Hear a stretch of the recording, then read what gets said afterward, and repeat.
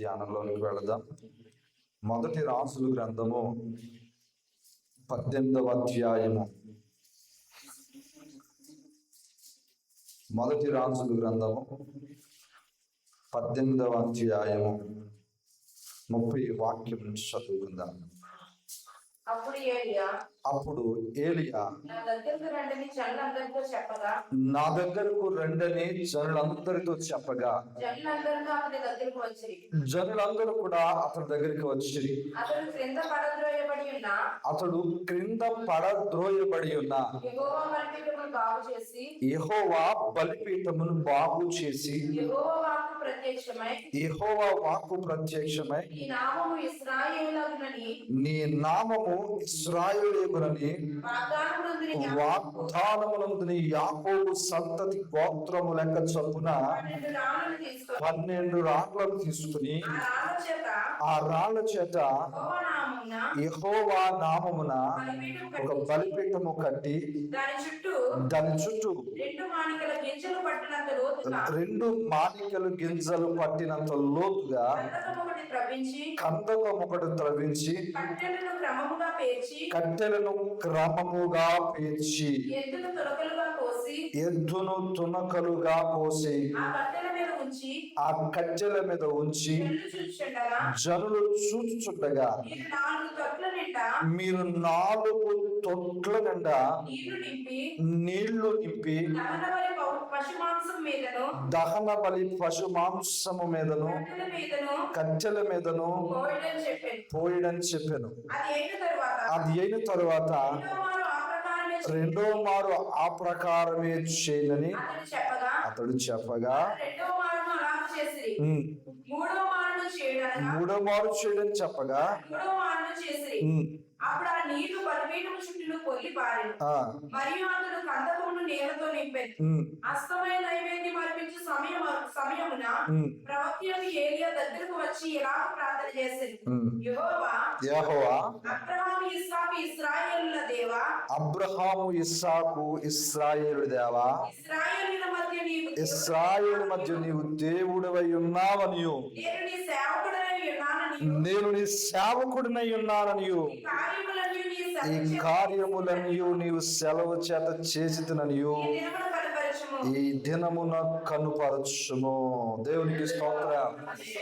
హల్లెలూయా. ఈ పరిశుద్ధ గ్రంథములో మొదటి రాజుల గ్రంథం 18వ అధ్యాయములో 2 వర్గాల మధ్య ఒక పోటీ అనేది మనకు కనిపిస్తా ఉన్నది. దేవునికి స్తోత్రం. హల్లెలూయా. ఎవరి 2 వర్గాలు అని అంటే, ఒకటి బయలు ప్రవక్తలు. ఎవరండి? బయలు ప్రవక్తలు. వీళ్ళు 400 మంది పైనే ఉన్నారు. ఎంతమంది చెప్పండి? ఎంతమంది ఉన్నారు? 400 మంది పైనే ఉన్నారు. రెండో వర్గం సజీవుడని యెహోవా పక్షమున నిలవబడిన వాడు ఏలియా. దేవునికి స్తోత్రం. చెప్పండి, ఎవరు? ఏలియా. ఎవరి పక్షమున నిలవబడ్డాడయ్యా అంటే, దేవుని పక్షమున అనగా యెహోవా పక్షమున కార్యము జరిగించుట కొరకు ఈ ఒంటరిగా నిలవబడ్డాడు. దేవునికి స్తోత్రం. 400 మంది ఒక్కటైనారు. ఈ ఒంటరిగా ఉన్న ఏలియా ఒక్కడిగా నిలవబడి ఒక పోటీ సవాలు విసురుతూ ఉన్నారు. ఏంటా సవాలు అంటే, ఇదిగో మీ బయలు ప్రవక్తలకు మీరు ఏం చేయాలా? మీరు ప్రార్థన చేయండి, ఆరాధన చేయండి, ఏం చేస్తారో అది చేయండి. మీకు ఏదైతే దహన బలిగా అర్పిస్తారో ఆ అర్పణ స్వీకరించబడితే మీ దేవుడే నిజమైన దేవుడు. మీరు అయిన తర్వాత నేను చేస్తాను అని చెప్పి ఏలియా చెప్పినప్పుడు ఈ 400 పైచిలుకు ప్రవక్తలందరూ కూడా ఒప్పుకుని ఏం చేశారయ్యా అంటే, అక్కడున్న ఒక ఎద్దును బలిగా అర్పించి బలిపీఠం మీద పెట్టి వారు ప్రార్థన చేస్తా ఉన్నారు. దేవునికి స్తోత్రం. హల్లెలూయా. ఏం చేస్తా ఉన్నారు? ప్రార్థన చేస్తా ఉన్నారు. వారు ప్రార్థన చేస్తా ఉండగా సమయం గడుస్తూ ఉన్నది. ఏమి రాలేదు? అగ్ని కానరాలేదు, దిగి రాలేదు. దేవునికి స్తోత్రం. తర్వాత ఏలియా అడుగుతున్నాడు, అయ్యో మీ వాళ్ళు పడుకున్నారేమో, ఎక్కడైనా దూరంగా ఉన్నాడేమో అని కొంచెం ఏలియా వారిని వెటకారంగా మాట్లాడుతుంటే వీళ్ళకి మరింత రోషం కలిగి ఏం చేస్తున్నారయ్యా అంటే వారి శరీరాలను కోసుకుంటూ వారి యొక్క రక్తమును చిందిస్తూ మరీ ఎక్కువగా బిగ్గరగా కేకలేయడం ప్రారంభించారంట. దేవునికి స్తోత్రం. హల్లెలూయా. ఏం చేయడం ప్రారంభించారండి? మరీ బిగ్గరగా కేకలేయడం ప్రారంభించారు. 400 మంది ఒక్కసారిగా కేకలేస్తే ఎలా ఉంటుందో ఒకసారి ఊహించండి. 400 మంది ఒక్కసారిగా స్తుతిస్తూ ఆరాధన చేస్తే ఎలా ఉంటుందో ఒకసారి ఆలోచన చేయండి. దేవునికి స్తోత్రం. కానీ అక్కడ ఏం రాలేదంటండి? అగ్ని రాలేదు. వీళ్ళు ఎంతవరకు ప్రయత్నించారయ్యా అంటే ఇక సాయంకాలం అయిపోతా ఉంది. ఏమవుతుంది? సాయంకాలం అయిపోతున్న ఆ సమయంలో వీళ్ళ ప్రయత్నం అంతా వృధా అయిపోయిందని తెలుసుకుని ఈ 400 మంది అంటున్నారు, 400 మంది ప్రార్థన చేస్తే వినలేని దేవుడు మా దేవుడు, ఈ ఒక్కడే ప్రార్థన చేస్తే వాళ్ళ దేవుడు వింటాడా అన్న వెటకారంతో ఇప్పుడు నీ వంతు అని ఎవరినన్నారు? ఏలియానంటే ఏలియా చేసిన మొట్టమొదటి పని ఏంటో తెలుసా ప్రియమైన దేవుని బిడ్డ? నేను అంటాను, ఈ లోకంలో మనము అగ్ని గురించి ఎన్నో విషయాలను వింటా వస్తూ ఉన్నాం. ఒక మాట చెప్తాను వినండి. పైనుంచి వచ్చు అగ్ని మనలోనికి రాకపోతే క్రిందున్న అగ్నికి పాలైపోతాం మన బ్రతుకు. అర్థమవుతుందని చెప్పే మాట. దేవుని అగ్ని మనలోనికి రాకపోతే, దేవుని అగ్ని చేత మన జీవితాలు అభిషేకించబడకపోతే నరకంలో ఉన్న అగ్నికి మనం పాత్రులమైపోతాం. దేవునికి స్తోత్రం. హల్లెలూయా, హల్లెలూయా. ఈరోజు దేవుడు మనతో మాట్లాడుతున్న మాటలు ఏంటో తెలుసా ప్రియమైన దేవుని బిడ్డ? ఈరోజు అభిషేకమైన అగ్ని, పరలోకం నుంచి దిగవచ్చు అగ్ని మన యొక్క జీవితంలో ఉండాలి. దేవునికి స్తోత్రం. ఆ అనుభవం అనేది మన జీవితంలో ఉంటే నువ్వు ఎక్కడ కూడా సిగ్గుపరచబడవు. దేవునికి స్తోత్రం చెప్పండి. హల్లెలూయా, హల్లెలూయా. ప్రియమైన దేవుని బిడ్డలారా, ఈ 400 మంది ప్రవక్తలు కూడా ఆ యొక్క ఏం చేస్తున్నారు? ఇది నీ వంతు అంటే వారు చేసినట్టు కాక ఏలియా ఏం చేశాడయ్యా అంటే ఆ యొక్క పడద్రోయబడిన, చెప్పండి ఏం పడిపోయిందంట? వారు భక్తి, నేను చాలాసార్లు చెప్పాను, భక్తి చేయడంలో మనకంటే నిష్టగా భక్తి చేస్తారు. వాళ్ళు పాటించడంలో మనకంటే నిష్ఠాశక్తులతో పాటిస్తారు. కానీ క్రమం అనేది వారి యొక్క భక్తి అనగా ఎలాగో చేయాలో ఎవరికి చేయాలో లేని క్రమమును బట్టి వారి భక్తిలో ఏం పొందుకోలేకపోతున్నారయ్యా అంటే ముక్తిని పొందుకోలేకపోతా ఉన్నారు. దేవునికి స్తోత్రం. హల్లెలూయా, హల్లెలూయా. కానీ ఏలియా చేసిన మొదటి పని ఏంటయ్యా అంటే పడద్రోయబడిన బలిపీఠానట ఇశ్రాయేలు గోత్రములు గోత్రము చొప్పున 12 రాళ్ళు తీసుకుని, దేవునికి స్తోత్రం, ఎన్ని రాళ్ళు? 12 రాళ్లను తీసుకుని ఆ 12 రాళ్లను కూడా బలిపీఠముగా అమర్చిన తరువాత బలిపీఠము చుట్టూ ఒక కందకము అనగా ఒక గొయ్యిని తవ్వించి దాంట్లో ఏం పోయమన్నాడు? నీళ్లు పోయమన్నాడు. దేవునికి స్తోత్రం. హల్లెలూయా. అలాగూ 3 మార్లు, ఎన్నిసార్లు అంట? అక్కడున్న ప్రజలతో 3 మార్లు నీళ్లు పోయమన్నప్పుడు నీళ్లు పోసారట. అదేవిధంగా ఆ ఎద్దును అనగా తునకలుగా చేసి, ఎలాగా అంటే తునకలు అనగా మెత్తటి మాంసముగా చేసి ఆ యొక్క బలిపీఠం మీద పెట్టాడట. దేవునికి స్తోత్రం. హల్లెలూయా. మరలా అన్నాడు, ఇప్పుడు నీళ్లు మరలా పోయమంటే ఇప్పుడు ఆ బలిపీఠం నుంచి ఏమొస్తా ఉన్నది? నీరు పొర్లి పారుతా ఉన్నది. దేవునికి స్తోత్రం. హల్లెలూయా. సాధారణంగా ఈ యొక్క అగ్ని అనేది నీరు పోయబడిన, నీరు ఉన్న చోట అగ్ని అనేది ఏమి ఉండదు? రాదు, మండదు. దేవునికి స్తోత్రం. హల్లెలూయా. ఏమి రాదంట? అక్కడ ఆ యొక్క నీటి ద్వారా ఆ యొక్క అగ్ని అనేది రాదు, మండదు. దేవునికి స్తోత్రం. ఇవన్నీ చేస్తా ఉంటే ఈ 400 మంది కూడా నవ్వుకుంటా ఉన్నారు. ఏంటో తెలుసా, ఇంత నీటిని మోస్తూ ఉన్నాడు కదా, ఇది ఎలా జరుగుతుంది? 400 మంది ఒక్క మనసుతో మనం ప్రార్థన చేస్తే జరగని కార్యం ఒంటివాడిగా ఉన్న ఈ ఏలియా జీవితం ఎలా జరుగుతుంది అని వారు హేళన చేయడం ప్రారంభించారట. దేవునికి స్తోత్రం. హల్లెలూయా, హల్లెలూయా.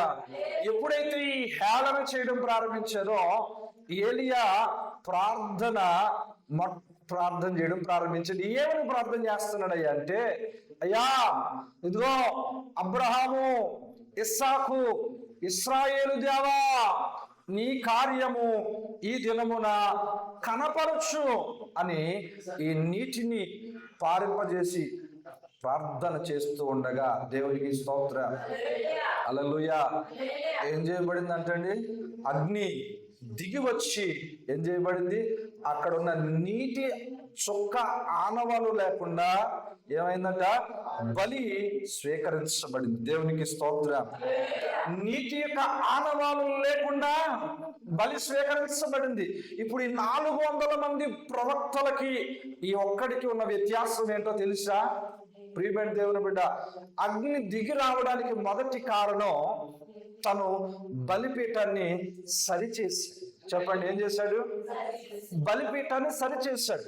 రెండవది, అక్కడ ఎద్దును అనగా తునకలుగా మెత్తటి మాంసముగా చేశాడు. దేవునికి స్తోత్రం. హల్లెలూయా.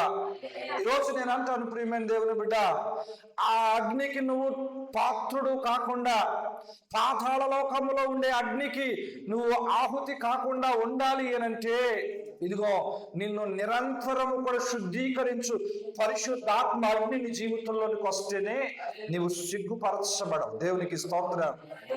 హల్లెలూయా. 2 చేతులు పైకెత్తుదామా. హల్లెలూయా, హల్లెలూయా. అగ్ని కానరానందున వారు సిగ్గుపడిపోయిరే. అగ్ని కానరానందున వారు సిగ్గుపడిపోయిరే. నీ అగ్ని దిగిరాగా నీవు ఏలియాను గనపరిచినావే. నీ అగ్ని దిగిరాగా నీవు ఏలియాను గనపరిచినావే. అగ్ని మండించు నావు, అగ్ని మండించు, అగ్ని మండించు నాలో, అగ్ని మండించు పరిశుద్ధాత్ముడా, నాలో అగ్ని మండించు, నాలో అగ్ని మండించు. దేవునికి స్తోత్రం. అక్కడ అగ్ని వాళ్ళు చూడకపోవడాన్ని బట్టి వారు సిగ్గుపడ్డారట. కానీ ఏలియా ప్రార్థన చేయగా అగ్ని రావడాన్ని బట్టి ఏలియా దేవుడు గణపరిచాడు. దేవునికి స్తోత్రం. ఇక్కడ మీకు 2 విషయాలు మీకు జ్ఞాపకం చేస్తారు. అగ్ని 2 విధాలుగా ఉంది. ఒకటి పాతాళపు లోక అగ్ని, ఇది నిత్య నరకమునకు సూచన. దేవునికి స్తోత్రం. రెండవది పరలోకపు అగ్ని, అనగా ఈ అగ్ని ఆ అగ్నిలోనికి వెళ్లకుండా నిన్ను ఇక్కడ శుద్ధీకరించి నిన్ను సువర్ణముగా మార్చేటి అగ్ని. దేవునికి స్తోత్రం. హల్లెలూయా, హల్లెలూయా. ఈ అగ్ని నిన్ను కాల్చదు కానీ నీలో ఉన్న అహాన్ని కాలుస్తుంది, నీలో ఉన్న పాపాన్ని కాలుస్తుంది, నీలో ఉన్న కోపాన్ని కాలుస్తుంది, నీలో ఉన్న పాపాన్ని కాలుస్తుంది తప్ప నిన్ను కాల్చు. దేవునికి స్తోత్రం. హల్లెలూయా. ఒకరోజు మోషే గొర్రెలు కాసుకుంటా ఉన్నాడు. ఏం చేస్తున్నాడట చెప్పాలి? గొర్రెలు కాసుకుంటూ ఉన్నాడు. ఆ సమయంలో ఒక చెట్టు ఏం చేయబడుతుందంట? కాలిపోతా ఉంది, అగ్ని మండుతా ఉంది, కానీ ఆ చెట్టు అనేది కాలిపోవడం లేదు. దేవునికి స్తోత్రం. హల్లెలూయా. ఈరోజు నేను ఒక మాట చెప్తాను వినండి. ఈరోజు దేవుని అగ్ని చేసే కార్యం ఏంటో తెలుసా? నిన్ను కాల్స్తుంది, కానీ నీలో ఉన్న చెడుతనాన్ని కాలుస్తుంది, నీలో ఉన్న అహాన్ని కాలుస్తుంది, నీలో ఉన్న పాపాన్ని కాలుస్తుంది, నీలో ఉన్న లోక సంబంధమైన వాటన్నిటిని కూడా కాల్చి నిన్ను శుద్ధినిగా పరిశుద్ధినిగా దేవుని ఎదుట నిలవబెడుతుంది. దేవునికి స్తోత్రం. చూడండి, బంగారమును అగ్ని ఏ విధంగా శుద్ధీకరిస్తుందో అలాగునే పైనుంచవచ్చు అగ్ని నీ బ్రతుకును శుద్ధీకరింపచేస్తుంది. దేవునికి స్తోత్రం. హల్లెలూయా, హల్లెలూయా. ఒక మాట చెప్తాను, మోషే ఆ అగ్ని, ఆ యొక్క దర్శనము లేదా ఆ ప్రత్యక్షత చూచేంత వరకు కూడా ఎంత బలం ఉన్నవాడు, తెలివి ఉన్నవాడు అయినప్పటికీ ఒక పిరికి వాడిగా బ్రతకడం ప్రారంభించాడు. ఐగుప్తు నుంచి పారిపోయి ఎక్కడికి వచ్చేసాడు? ఇత్రో దగ్గరకు వచ్చి గొప్ప జ్ఞానము కలిగిన వాడు, గొప్ప చదువు ఉన్నవాడు. దేవునికి స్తోత్రం. చెప్పండి, ఏముంది ఆయనకి? చదువు ఉంది, మంచి జ్ఞానము కలిగిన వాడు, బలము కలిగిన వాడు, సౌందర్యవంతుడు. దేవునికి స్తోత్రం. ఇంత మేధస్సు కలిగిన వాడు పిరికి వాడికి ఎక్కడికి పారిపోయాడు? అడవిలో అరణ్యానికి పారిపోయి అక్కడ మోషే అని చెప్పుటకు కూడా, అంటే తన ఐడెంటిటీనే దాచేసుకున్నాడు. తన గుర్తింపును, దేవుడిచ్చిన గుర్తింపుని ఏం చేశాడు? దాచేసుకున్నాడు. దేవునికి స్తోత్రం. కానీ ఎప్పుడైతే దేవుడు అగ్ని ద్వారా మోషేను దర్శించాడో, ఆ అగ్ని ద్వారా కలిగిన ప్రత్యక్షతను బట్టి మరలా ఐగుప్తు దేశానికి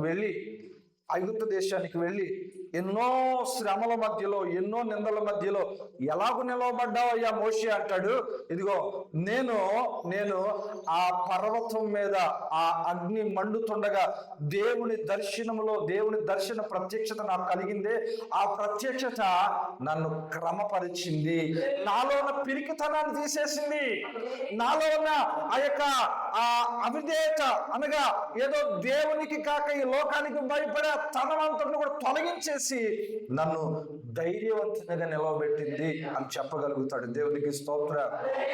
ఈరోజు నేను అంటాను, లోకం మధ్యలో నేను నిలబడాలి అంటే, లోకం మధ్యలో నువ్వు సంచరించాలి అని అంటే నీవు ఒక అగ్నిగా మార్చబడాలి. నువ్వు అభిషేకము పొందిన ఒక పాత్రగా నువ్వు మార్చబడాలి. దేవునికి స్తోత్రం.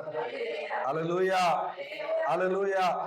ఆ మండుచున్న పొద ప్రత్యక్షత చూసిన తరువాత ఆ మోషే జీవితం మార్చబడిపోయింది. దేవునికి స్తోత్రం. హల్లెలూయా. అప్పటి వరకు ఒక సాధారణముగా ఉండే ఈ మోషే, లేదా అప్పటి వరకు ఒక కామన్ మ్యాన్గా ఉండే ఈ మోషే ఇప్పుడు ఇశ్రాయేలు ప్రజలకు నాయకుడిగా నియమింపబడ్డాడు. దేవునికి స్తోత్రం. హల్లెలూయా. ఈరోజు నేను అంటాను, వస్తాయి బాధలు, వస్తాయి కష్టాలు, వస్తాయి నిందలు, వస్తాయి అవమానాలు వస్తాయి. వీటన్నిటిని తట్టుకునే శక్తిని కావాలి అని అంటే ప్రత్యక్షత నువ్వు చూడగలగాల. ఏ ప్రత్యక్షత? పరలోకపు అగ్ని ప్రత్యక్షత నీలో ఉండగలిగితే అది నీలో ఉన్న ప్రతి క్షణం నిన్ను ఏం చేస్తాయా అంటే మండిస్తా ఉంటది. దేవునికి స్తోత్రం. హల్లెలూయా, హల్లెలూయా, హల్లెలూయా. అదేవిధంగా ఆ యొక్క అపోస్తుల కార్యములు 2వ అధ్యాయంలో కూడా పరిశుద్ధాత్మ కొరకు వారు కనిపెడుతున్న సమయంలో అక్కడ రాయబడిన మాట అగ్ని వంటి నాలుకలు అని ఉంటుంది. ఏముంటుందమ్మా? చూడండి మాట పరిశుద్ధ గ్రంథం నుంచి అపోస్తుల కార్యములు 2వ అధ్యాయము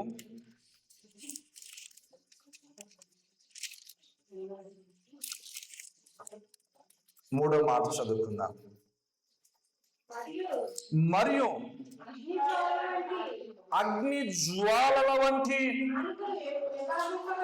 నాలుకలు విభాగింపబడి నట్టుగా వారికి కనబడి వారిలో ఒక్కొక్కరి మీద రాలగా అందరూ పరిశుద్ధాత్మతో నింపబడిన వారు ఆత్మ వారికి వాక్శక్తిని గ్రహించిన కొలది అన్య భాషల్లో మాట్లాడసాగిరి.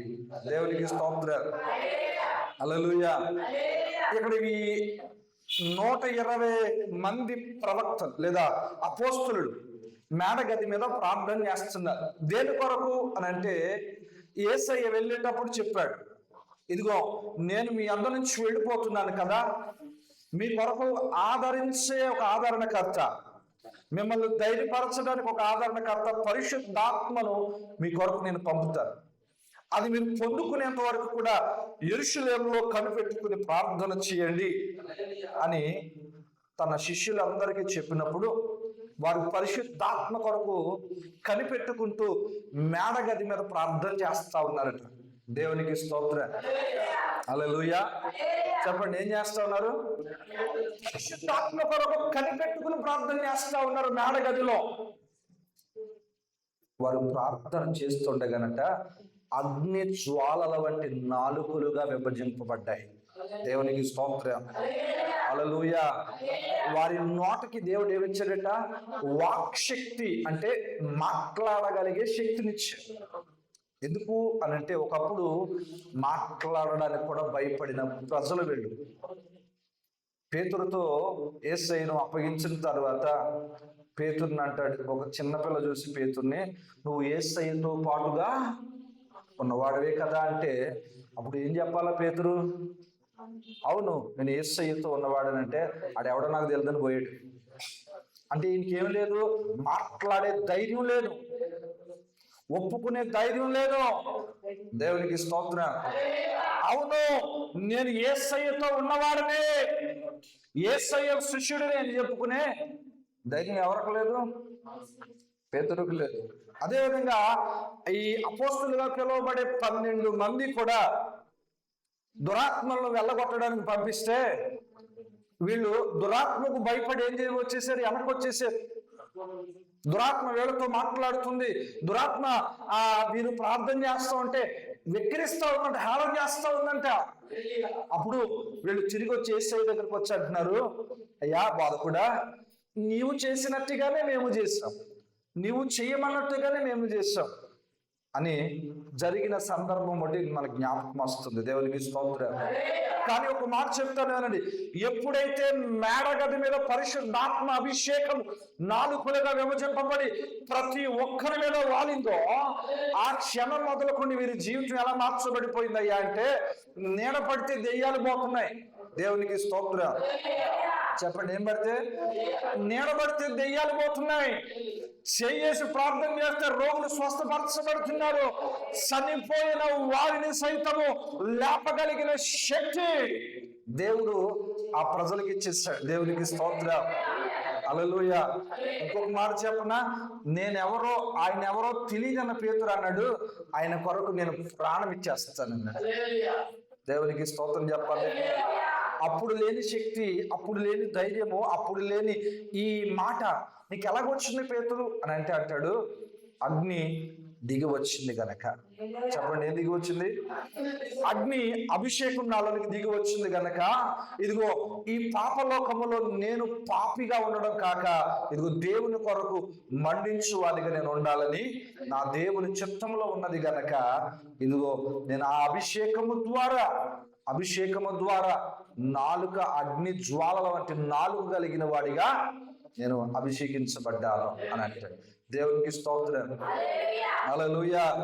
అంటే నేను ఎందుకు చెప్తున్నాను, ఈ అగ్ని మనలో లేకపోతే ఆ అగ్నికి బానిసలైపోతాం.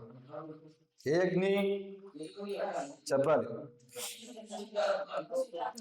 పైనుంచు అగ్ని అనేది మనలో లేకపోతే, అంటే పరిశుద్ధాత్మ అభిషేకము, పరిశుద్ధాత్మ అగ్ని అనేది మనలోనే లేకపోతే మన ఈ లోకంలో తట్టుకోవడం చాలా కష్టం. మనం ఈ లోకంలో శ్రమను ఎదుర్కోవడం చాలా కష్టం, శ్రమను జయించడం చాలా కష్టం. నేను అందుకే చెప్తాను, యవన బిడ్డలతో కూడా పరిశుద్ధాత్మను పొందుకునే వారిగా ఉండాలి.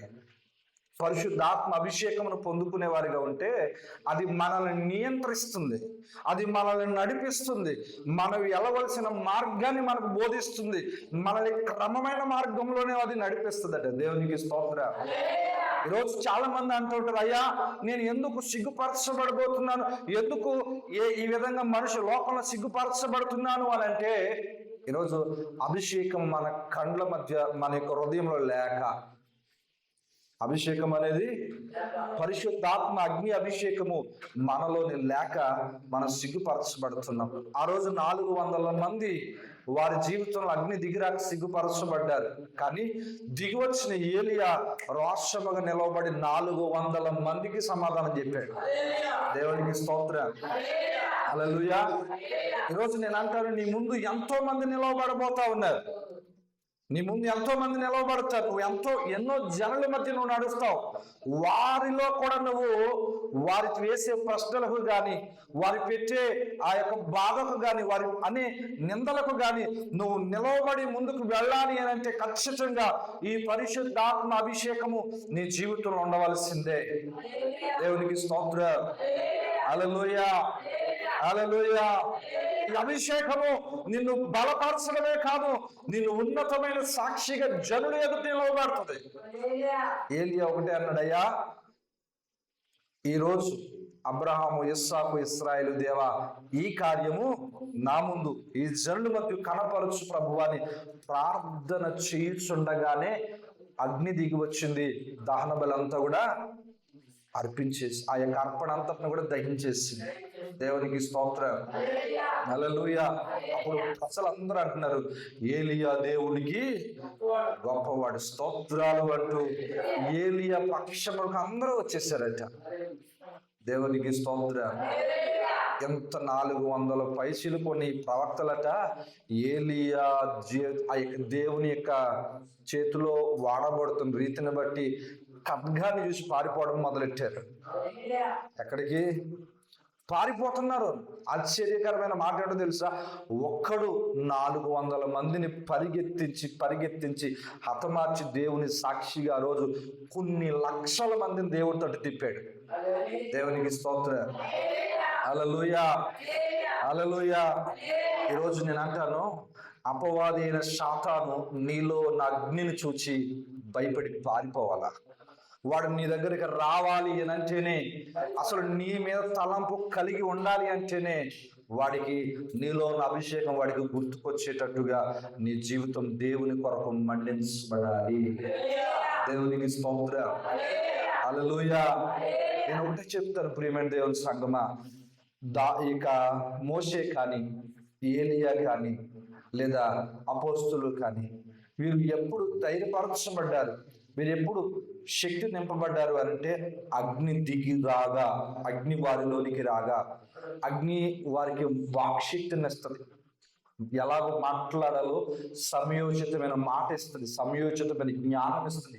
మనం ఎన్ని పుస్తకాలు చదువుకున్నా, మనం ఎంత చదువుకున్నా, ఈ చదువు అనేది కొంతవరకే. కానీ దేవుని సన్నిధిలో పొందుకున్న పైనుండి వచ్చే జ్ఞానము ఇది అనంతమైన జ్ఞానం. దేవునికి స్తోత్రం. హల్లెలూయా. ఈ జ్ఞానం మనల్ని దేవుని సాక్షిగా నిలవబెడుతుందట. దేవునికి స్తోత్రం చెప్పండి. హల్లెలూయా. ఒకసారి మీరు ఇంటికి వెళ్ళిన తర్వాత మోషే గురించి చదువుకోండి, ఏలియా గురించి చదవండి, అపోస్తుల గురించి మీరు చదవండి. వారు అగ్ని దింపబడక ముందు వారి జీవితం ఎలా ఉండేది, వారి పరిస్థితి ఎలా ఉండేది, వారి స్థితి ఎలా ఉండేది. దింపబడిన తర్వాత, ప్రత్యక్షత కలిగిన తర్వాత నిందలు రావని చెప్పట్లేదు, కష్టాలు రావని చెప్పట్లేదు, శోధన రావని చెప్పట్లేదు. కానీ వచ్చిన వాటిని కూడా నువ్వు జయించగలిగే శక్తినిచ్చేది నీలో ఉన్న అభిషేకం. దేవునికి స్తోత్రం. హల్లెలూయా. నీలో ఉన్న అభిషేకము ఆ శక్తి, ఆ నిందలను కూడా జయించగలిగే శక్తిని నీకు దేవుడు ఇస్తాడు. దేవునికి స్తోత్రం. హల్లెలూయా.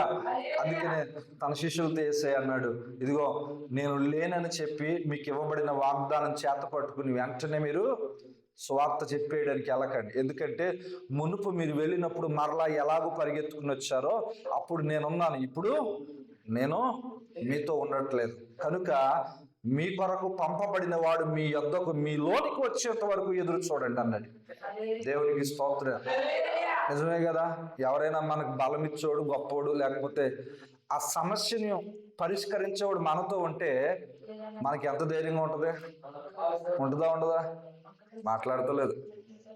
ఇప్పుడు మనకున్న సమస్య ఉంది, ఏదో చిన్న సమస్య అవ్వచ్చు, పెద్దదవచ్చు, దాని నుంచి బయట పడవేయగలగ జ్ఞానము కలిగిన వాడు, శక్తి కలిగిన వాడు మన పక్షమునుంటే ఆ సమస్యకు నువ్వు భయపడతావా? భయపడం కదా. దేవునికి స్తోత్రం.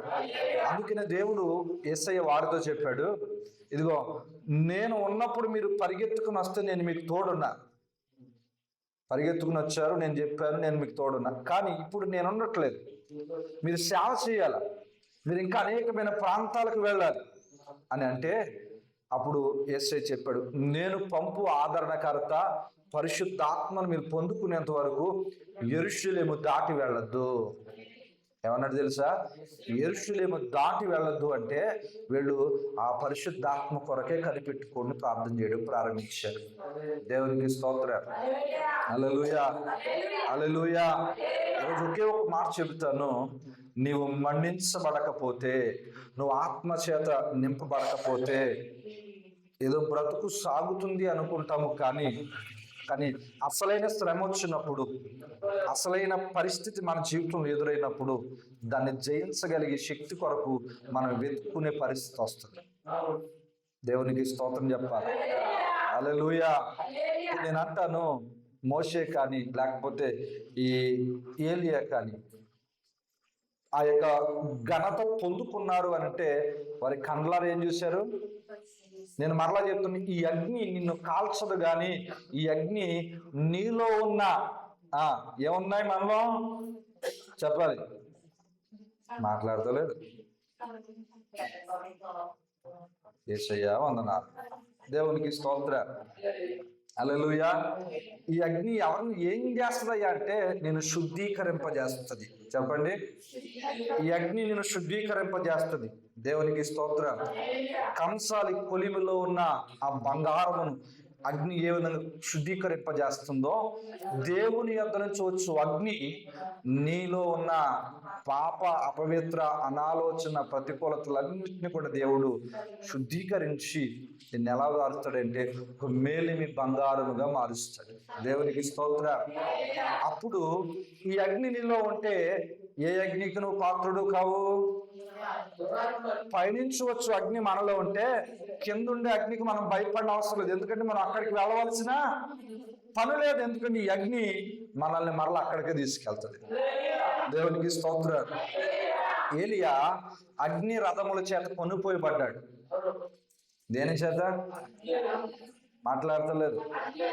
మరణము చూడక బ్రతుకు నరుడు ఎవడని కీర్తనల గ్రంథంలో రాయబడితే అందుకు భిన్నముగా అంటున్నాడు, ఇదిగో ఏలియా, ఇదిగో నేనున్నాను, నా దేవుని అగ్ని అభిషేకమును ప్రజలకు చూపించాను, నేను పొందుకున్నాను. అదే అగ్ని రథముల చేత దేవుని యొద్దకు కొన్ని పోబడి ఇప్పటికీ సజీవునిగా మరణము చూడకుండా బ్రతుకుతున్నాను ఒక సాక్ష్యం చెప్తున్నాడు. దేవునికి స్తోత్రం. ఈరోజు నువ్వు అలాంటి ఒక మంచి సాక్ష్యముగా దేవుని సంఘము కొరకు నిలవాలని దేవునికి ఆలోచన. దేవునికి స్తోత్రం. హల్లెలూయా. చెప్పండి, ఇప్పుడు మనం ఏం పొందుకోవాలా చెప్పాలి? పరిశుద్ధాత్మ అభిషేకము, అగ్ని అనే అభిషేకాన్ని మనం పొందుకోవాలా. దేవునికి స్తోత్రం. ఈ అగ్నిని మనం పొందుకుంటే క్రింద అగ్నికి భయపడలక్కర్లా. చెప్పండి, దేనికి భయపడక్కర్లేదు? కిందుండే అగ్నికి మనం భయపడే పని లేదు, అవసరం లేదు. ఎందుకంటే మనం ఈ అగ్ని మనలో ఉన్నంత కాలం కిందకి వెళ్ళాం. దేవునికి స్తోత్రం.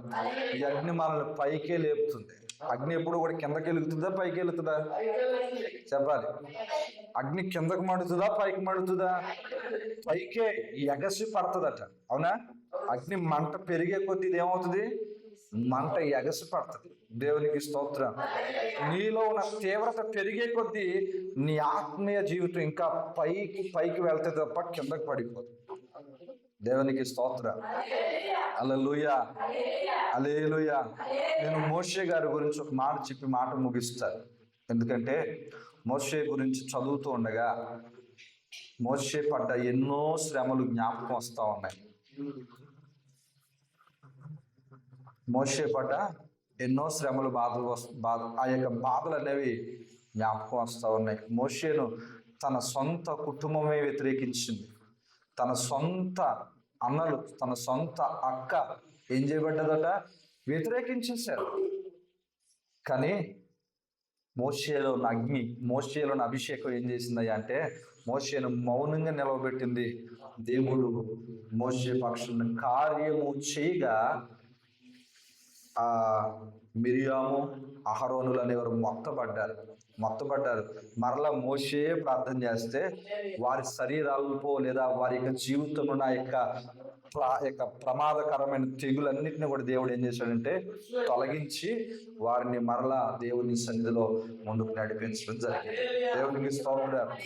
ఈరోజు నీ జీవితంలో కూడా నువ్వు చదువుకునే స్థలంలో నువ్వు ఎదుర్కోవచ్చు, లేదా నువ్వు చేసే ఉద్యోగ స్థలంలో నువ్వు సమస్యలు ఎదుర్కోవచ్చు, లేదా నీ కుటుంబంలోనే నువ్వు చేసే వ్యాపారంలోనే నువ్వు కొన్నిసార్లు శ్రమ, నింద, అవమానాలన్నింటినీ కూడా భరించుతూ వస్తూ ఉండొచ్చు. నా దేవుడు చెప్తున్నాడు, నీలో అగ్ని ఉంటే ఖచ్చితంగా ఆ అగ్ని ప్రత్యక్షత వారు కూడా చూస్తారు. దేవునికి స్తోత్రం. హల్లెలూయా, హల్లెలూయా. మోషే అంటాడు, మోషే గురించి దేవుడు చెప్తాడు. ఎందుకో తెలుసా? మోషే నా ఇల్లు అంతటిలో కూడా నమ్మకమైన వాడు. ఎందుకు నమ్మకమైన వాడంటే దేవుని కొరకు ఆ ప్రత్యక్షత చూసిన దినం మొదలుకొని ఆ అగ్ని అభిషేకమును ముందుకు కొనసాగిస్తున్నంత వరకు కూడా బ్రతుకు మార్చబడింది, గణపరచబడింది. ఇంకొక మంచి మాట చెప్పున, ఇశ్రాయేలు ప్రజలు రాత్రి వేళ అగ్నిస్తంభముగా, దేవుడే అగ్నిస్తంభముగా నిలిచి వారికి మార్గమును చూపిస్తూ వచ్చాడు. ఎవరు వచ్చారంటే పయనించు వచ్చు ఒక అగ్నిస్తంభముగా ఆ ముందు నడుస్తూ ఉంటే వీరు ఆ అగ్నిని, ఆ స్తంభాన్ని అనుసరించి వీరి ప్రయాణం కొనసాగింపు చేశారు. ఒకవేళ ఆ రాత్రి కాలపు వేళ ఆ అగ్ని స్తంభముగా దేవుడు లేకపోతే వారి జీవితాలు, వారి ప్రయాణం ఏమై ఉండేది ఒకసారి ఆలోచన చేయాలి.